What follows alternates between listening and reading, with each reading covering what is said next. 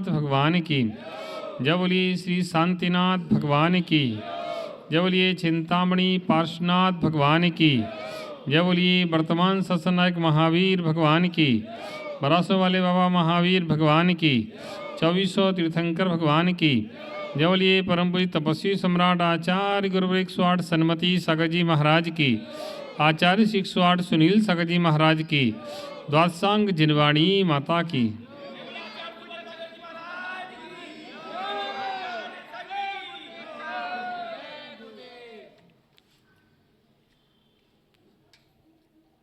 प्यारे बंधु,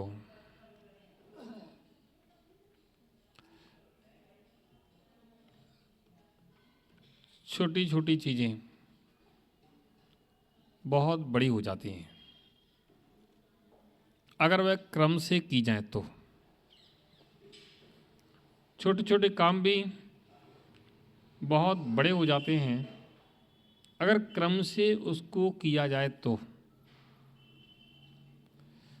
छोटे छोटे नियम भी बहुत बड़े हो जाते हैं अगर क्रम से उसकी धीरे धीरे वृद्धि की जाए तो। छोटी छोटा जोड़ा गया धन भी बहुत बड़ा हो जाता है अगर क्रम से किया जाए संग्रह तो। क्रम भंग ना हो, चलता रहे, अनवरत चलता रहे तो वह हमारे जीवन में ऊंचाइयों को दे सकता है।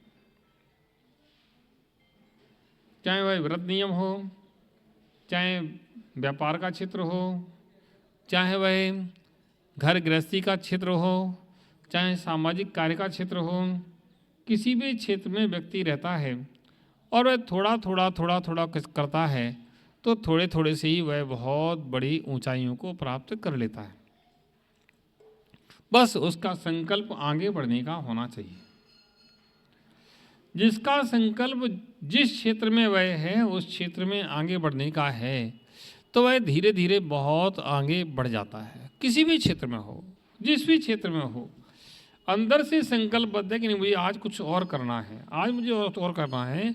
प्रतिदिन कुछ ना कुछ करने के संकल्प से वो सहत है तो उसके आगे बढ़ने के रास्ते बहुत हैं। और कुछ ना कुछ न करने के संकल्प से बंधा हुआ है कि नहीं करना, देखेंगे, कल देखेंगे, परसों देखेंगे, परसों देखेंगे, अब देख लेंगे, अभी क्या है, कर ही लेंगे। ऐसे व्यक्ति की संसार में कोई कीमत नहीं। हमारी जिनवाणी कहती है कि समय की कीमत को समझो। समय की कीमत को समझ करके हमें क्या करना है उसका लक्ष्य तैयार करो और लक्ष्य तैयार करके उस मार्ग पर लग जाओ, जुट जाओ। तुम लगोगे, जुटोगे, लगे रहोगे तो वह दिन दूर नहीं, तुम जैसा चाहोगे वैसा ही होगा। प्यारे बंधुओं, हम लोगों को प्रातः काल उठ करके एक नई सोच पैदा करना चाहिए। एक बहुत बड़ी शिक्षा आपको दे देते हैं आज हम। प्रातः काल उठ करके ब्रह्म मुहूर्त में, कब? ब्रह्म मुहूर्त में प्रातः काल उठ करके सबसे पहले भगवान का स्मरण करना चाहिए।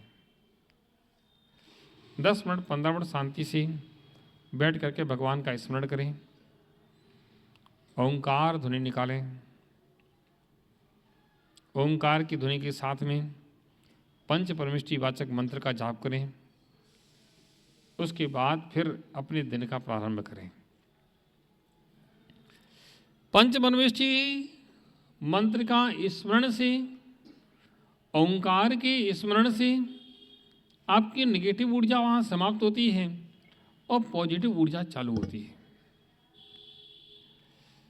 जो दिन की शुरुआत चाय के प्याले से करते हैं वो प्याले बन के रह जाते हैं और जो दिन की शुरुआत भगवान के नाम से करते हैं वह भगवान बन जाते हैं। प्यारे बंधु, जिसको प्याला बनना हो संसार में वो प्याला बना रहे, कोई बात नहीं, लेकिन जिसको भगवान बनना है वो भगवान के नाम से दिन की शुरुआत करे।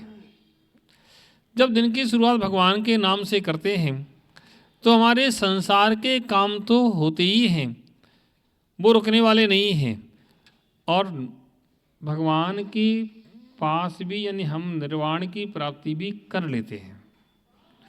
इसलिए हम लोगों को सबसे पहले भगवान के नाम का स्मरण करना चाहिए। इसलिए आचार्यों ने कहा सबसे पहले उठो, सुबह सामायिक करो। क्या करो? सामायिक। सामायिक मतलब देव वंदना विधि करो, सामायिक करो। उसके बाद दैनिक क्रिया करके जिन मंदिर में जा करके भगवान की पूजा अर्चना करो। पूजा अर्चना करने के बाद स्वाध्याय करो, गुरुओं की सेवा करो। उसके बाद तुम अच्छे मन से जो भी करते हो व्यापार, उस व्यापार के लिए निकल जाओ। गारंटी है जो व्यक्ति इतने अच्छे मन से गुरुओं की सेवा करके निश्चिंत भाव से अपने जिस क्षेत्र में काम करता है उस क्षेत्र में निकल जाता है और ज़्यादा टेंशन नहीं लेता है, वह जीवन को बहुत सुखी बनाता जाता है। कुछ नया करने का, आगे बढ़ने का लक्ष्य बनाता है और उसका लक्ष्य बनता जाता है, वो आगे व्यवस्थाएं बनती जाती हैं। बस हमारा लक्ष्य बन जाना चाहिए कि हमें कुछ करना है, लेकिन लक्ष्य बनाने के बाद लगन से, मेहनत से उस कार्य को करना चाहिए। मेहनत का मतलब मेहनत होना चाहिए, लगन का मतलब लगन होना चाहिए, चिंता नहीं होना चाहिए, चिंतन होना चाहिए। चिंता करने वाला व्यक्ति कभी कुछ नहीं कर पाता है। जो चिंतन करता है वह कुछ प्राप्त कर सकता है। चिंता का मतलब होता तुम शोक में बैठ गए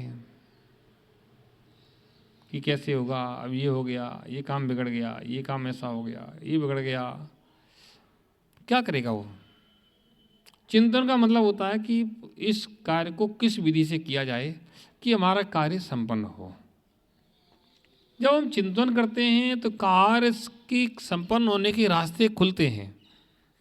एक नहीं, दूसरा नहीं, तीसरा नहीं, चौथा, कोई ना कोई रास्ता तुम्हारा खुलेगा और तुम्हारे लिए लाइन आगे बढ़ती जाएगी। प्यारे बंधुओं, हर व्यक्ति चाहे कोई भी हो जो चिंतन की धारा पर चलता है, भगवान का नाम के स्मरण रखता है, तो वह रास्ते उसके अपने आप खुलते हैं, उसका जीवन अपने आप श्रेष्ठ और महान बनता जाता है। मैं कहता हूँ भगवान के नाम के साथ में तुम कोई भी काम सोच लो, वह काम हो जाता है, वह रुकेगा नहीं, वह काम हो जाता है। एक प्रकृति का नियम है, प्रकृति के सिद्धांत हैं, हमारी कर्म सिद्धांत हैं कि हम जो सोचते हैं वह काम वैसा ही होता है। सोचने की देर है, बस तुम कैसे सोच पा रहे हो, तुम सोच पा रहे कि नहीं सोच पा रहे हो। तुमने सोचा फलाना काम हो जाए, पता नहीं होगा कि नहीं होगा, नहीं होगा। तुमने सोचा ये काम ऐसा होगा, वो वैसा ही होगा। सोचने का ढंग जो होता है, हम पॉजिटिव में जा रहे हैं कि नेगेटिव में जा रहे हैं, ये हमें विचार करना है। अगर हम नेगेटिव में जाते हैं तो वह वहीं का वहीं समाप्त हो जाता है। ऊपर बढ़ने के लिए समय लगता है, पानी को ऊपर पहुंचाने के लिए टिल्लू पंप लगाना पड़ता है, और नीचे ले जाने के लिए कोई पंप लगाना पड़ता क्या? नहीं लगाना पड़ता। ऐसी सोच पॉजिटिव बनाने के लिए हमको ताकत लगाना पड़ती है, और नेगेटिव बन जाए एक बार तो पानी सब नीचे अपने आप आ जाता है। पॉजिटिव बनाने के लिए हमारे लिए बहुत मन मस्तिष्क तैयार करना पड़ता है। अगर 100% पॉजिटिव सोचते हैं, उसमें 10% नेगेटिव आ जाता है, तो 90% को खराब कर देता हूँ। हर क्षेत्र में ये सोचो ऐसा काम होना है और छोड़ दो समय के साथ में, उसके पीछे मत लगो, उसके पीछे मत दौड़ो ज़्यादा, समय के साथ में छोड़ दो वो काम हो जाएगा। प्रैक्टिकल अनुभव है। बस ये सोचो ये काम होगा, और तुम्हारे मन में चला नहीं होगा तो नहीं होगा। कोई चीज़ तुम्हें चाहिए, हम उसको तो दे देते तुम्हें, सोच लो ये चीज़ मेरे पास आ जाएगी, वो आपके पास आ जाएगी, आ जाएगी वो, तुम सोचना छोड़ दो, आ जाएगी वो। कैसे आएगी, कौन लेके आएगा, ये नहीं, ये तुम्हारा काम नहीं है, ये काम किसी दूसरे का है, लेकिन तुम्हारे पास आएगी। बस इतना सोच के छोड़ दो। हम लोग क्या करते हैं, उस विषय में विपरीत सोचने लगते हैं, कैसे होगा, ऐसा नहीं होगा, ऐसा हो जाएगा, और बस काम बिगड़ जाता है। किसी भी क्षेत्र में बस पॉजिटिव सोच के साथ हमारा जीवन आगे बढ़ना चाहिए। जब पॉजिटिव सोच के साथ जीवन आगे बढ़ता है तो उसके रिजल्ट भी पॉजिटिव ही आते हैं। हमारा स्वयं का अनुभव है कई बार कि हमें कोई चीज़ चाहिए, किसी से बोलते नहीं हैं, वो मेरे पास आ जाती है अपने आप, बिना बोले। अब कैसे, ये नहीं पता, ये हमने खोजने की कोशिश ही नहीं की, इतनी कि बस हाँ आ जाएगी, बस बस बात खत्म हो गई। कोई भी छोटी से छोटी, बड़ी से बड़ी चीज़, हम लोग आष्टा में चतुर्मास हुआ था तो विचार किया था कि ऐसा विधान होना चाहिए, पहले वर्ष में 8 मंडल बनाए जाए, दूसरी में 16, फिर 32, फिर 64, फिर 128, ऐसे क्रम से 1025 मंडल बना करके लास्ट में ऐसे विधान करें। हमने सोचा, किसी से कहा कि महाराज 8 बन जाए वो होते, तुम तो अब 1025 कैसे होंगे। हमने होंगे। आष्टा में 8 + 1 9 मंडल बन के विधान हुआ। फिर भोपाल में 16 + 1 17 मंडल बने। सागर में जब चातुर्मास हुआ तो 32 + 1 33 मंडल बने। ललितपुर चातुर्मास हुआ, उसके बाद 64 + 1। इंदौर चातुर्मास हुआ 128 + 1। अब हद हो गई, और बस इसके बाद अब संभव नहीं। मैंने कहा अगला विधान सोनागिर में होगा, और जो बड़ी बड़ी टीम थी मैंने उनसे कहा कि भाई आपको जिम्मेदारी, हाँ इंदौर में हुआ था 129 मंडली, बड़ी बड़ी टीम थी, उनसे बोला कि आप जिम्मेदारी ले लें इसकी, सोनागिर विधान होना। देखते हैं समझते 1.5-2 महीने हो गए, उन्होंने जिम्मेदारी नहीं ले पाई। दूसरे किसी से बोला कि नहीं ले पाई। हमने कि ठीक है कोई बात नहीं, विधान तो होगा, विधान तो होगा, जिम्मेदार मुझे ना कोई ना मिलेगा, कोई ना कोई जिम्मेदारी लेगा इस विधान की, विधान तो होगा।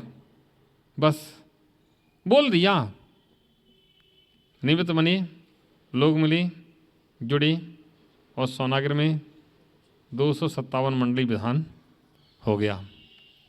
मैंने कहा अगला विधान महावीर जी में। लोग कह रहे थे सोनागिर कौन पहुंचेगा इतने दिन के लिए, एक दिन के लिए जो लोग जा सकते हैं, आपको 10 दिन 12 दिन 15 दिन के लिए 10 दिन का विधान, एक दिन जाने का पहले का, एक दिन बाद का 12, एक आध दिन और व्यक्ति को वंदना भी करना है और भी काम करना है, तो 14-15 दिन के लिए कौन जाएगा। मैंने सब जाएंगे, और वह विधान सानंद संपन्न हुआ। उसके बाद महावीर जी का नंबर आया, महावीर जी में सानंद संपन्न हुआ 513 मंडली, और नंबर आया सम्मेद शिखर का। अब सब लोग पीछे हट गए कि महाराज सम्मेद शिखर में मत करो, आप जयपुर कर लो, यहाँ कर लो, जहाँ आपका वहाँ आप तैयार हैं, सम्मेद शिखर में कैसे होगा। मैंने उस विधान तो सम्मेद शिखर में ही होगा। 3 बड़ी बड़ी मीटिंग हुई और तीनों मीटिंग फेल। चौथी मीटिंग हुई, चौथी मीटिंग मैंने कहा जिनको मेरे साथ सम्य शिखर के विधान में शामिल होना वो मेरे मीटिंग में बैठे, और जिनको नहीं होना हो वो मेरी मीटिंग में शामिल ना हो। अगली मीटिंग में जो लोग शामिल हुए मन बनाया कि महाराज ने कहा है सम्य शिखर विधान, सम्य शिखर में ही होगा, जो होगा सो देखा जाएगा। क्यों सम्य शिखर में क्यों परेशानी थी? माचिस भी ढूंढना पड़ती है, इतने बड़े साधन जुटाना बहुत बड़ा काम है, और इतने हजारों लोग पहुंचेंगे, उनको ठहरने की व्यवस्था करना छोटा मोटा काम नहीं था। लेकिन मैंने कहा होगा, मैंने जाओ सम्य शिखर कमरे बुक करके आओ। अब सम्य शिखर पहुँचे, धर्मशाला में पहुँचे, उनके कमरे सारे बुक है ही नहीं कमरे। पहले दिन पूरे दिन घूमे, किसी धर्मशाला वाले ने एक कमरा नहीं दिया। वो कमरे चाहिए कितनी? 1200। कितने चाहिए? 1200। 1025 वो परिवार, उसके बाद और भी मुख्य लोग जो आते हैं वो 1200 कमरे चाहिए। कहाँ से मिलेंगे 1200 कमरे? सारी धर्मशाला में जुड़ लो तब भी मुश्किल होगा, मैं नहीं मिलेंगे। 2 दिन घूमे, एक कमरा की व्यवस्था नहीं बनी। मैंने कहा जाओ भगवान पार्श्वनाथ पर पहले वंदना करके आओ। तुम कहाँ लगे हो? सम्य शिखर में जाओ, ऊपर भगवान पार्श्वनाथ पर स्वर्णवत गुट में श्रीफल बैठ करके आओ, और फिर आकर के कमरों की बात करना।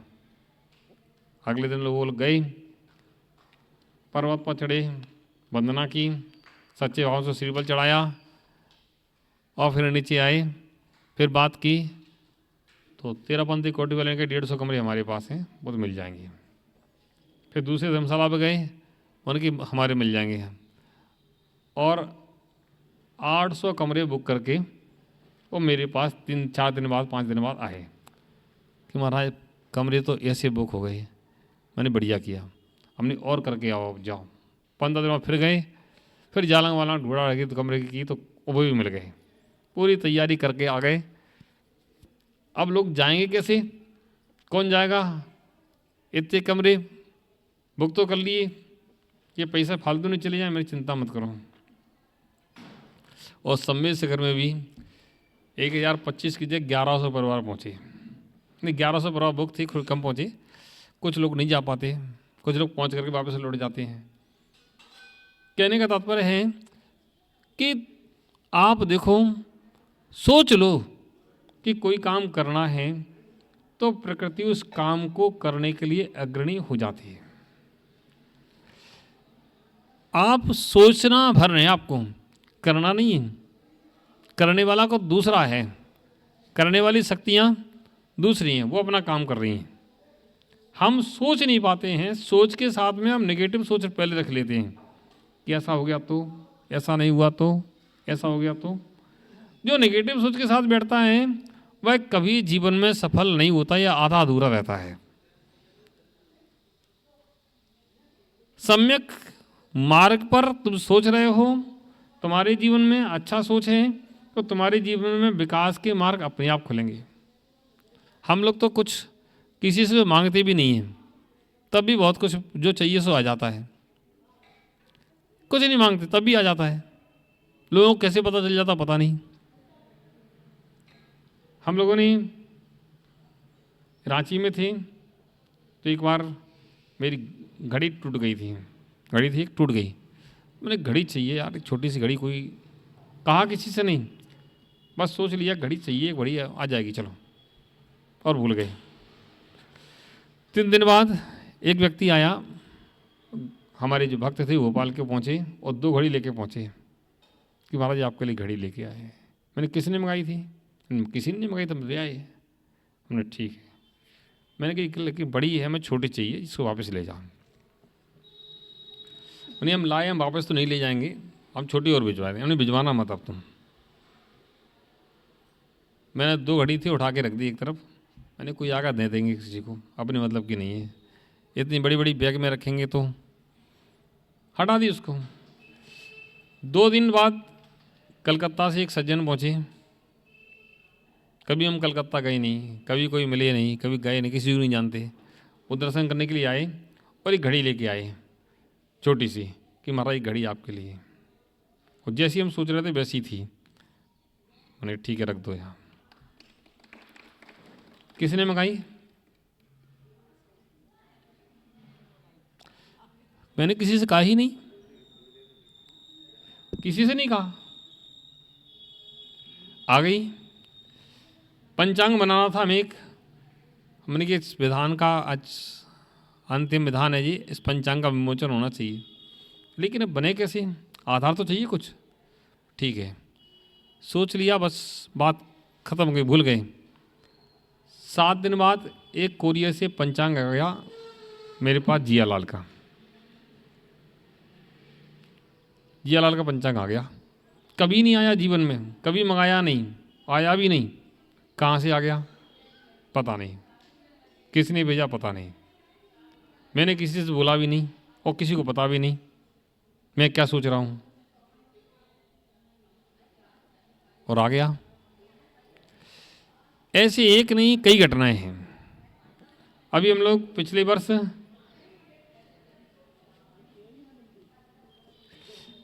वर्ष हम लोग सोनागर में थे। तो सोनागर में थे तो एक छुल्लक जी जाप कर रहे थे घड़ी से। अरे घड़ी अच्छी छुल्लक जी आपकी, जाप करने वाली काउंटिंग मशीन थी। घड़ी आपकी अच्छी है। महाराज आप ले लो। हमें नहीं, मुझे नहीं चाहिए।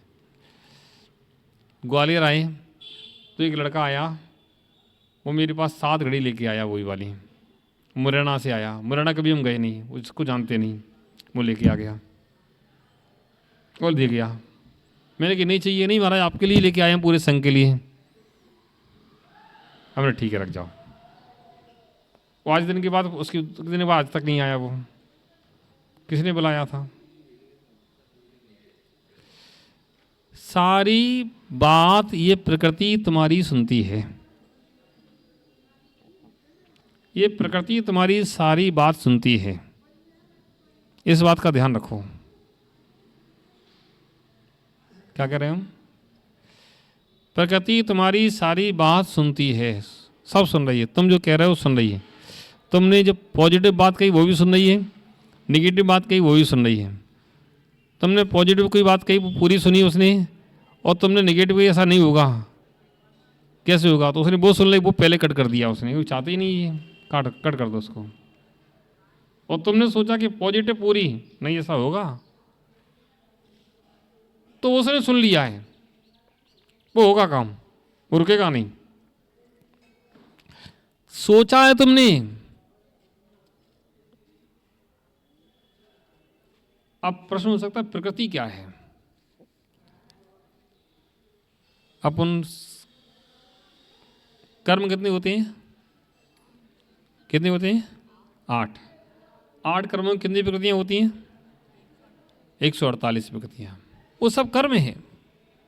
इस ब्रह्मांड में कार्बन बगड़ाएं भरी पड़ी हैं।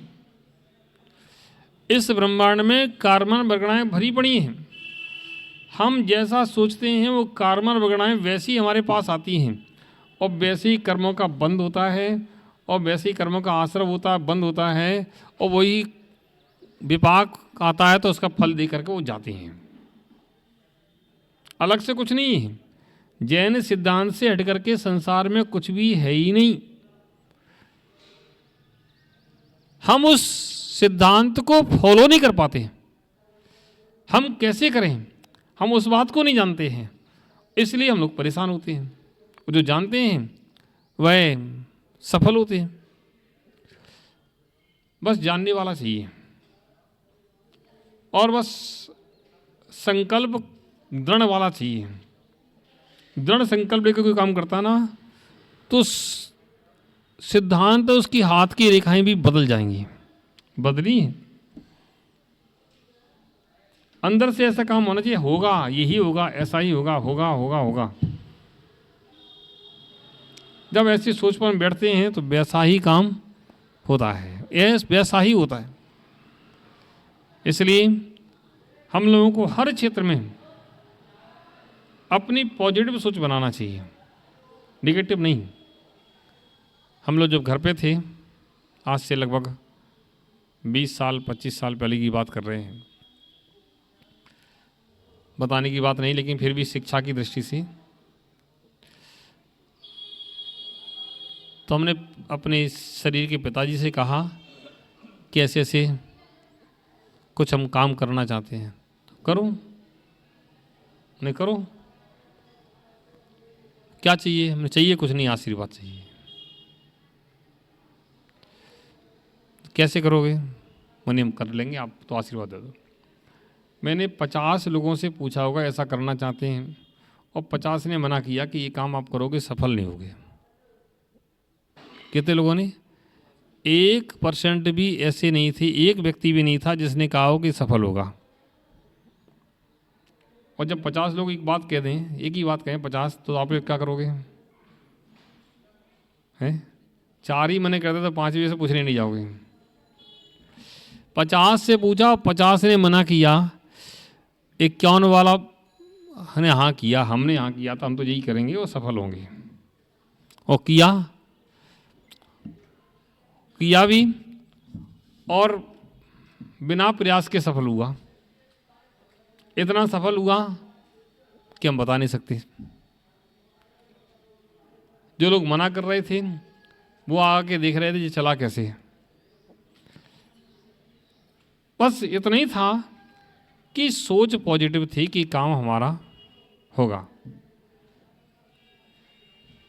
जब हम किसी काम को पॉजिटिव सोच के साथ बैठते हैं तो हमारा काम होता ही है। कितनी भी विघ्न बाधाएं हों वे दूर होती हैं।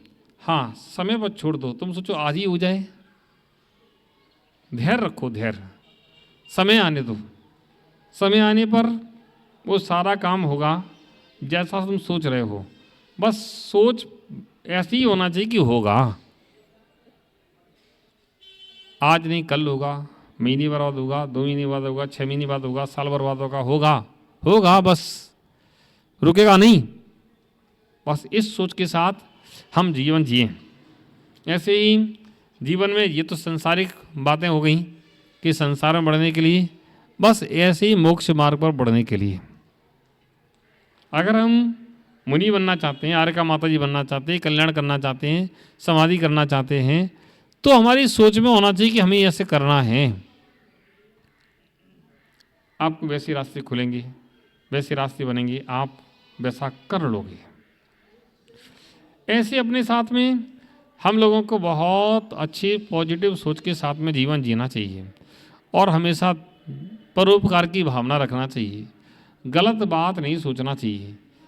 पॉजिटिव सोच तो हो लेकिन गलत मार्ग पर नहीं हो, सदमार्ग पर हो। सदमार्ग पर पॉजिटिव सोच है तो उसका आपको रास्ता खुलेगा, आपको उसका लाभ मिलेगा। सबके लिए, समझदार के लिए ये सारा ही काफ़ी है। और आप लोग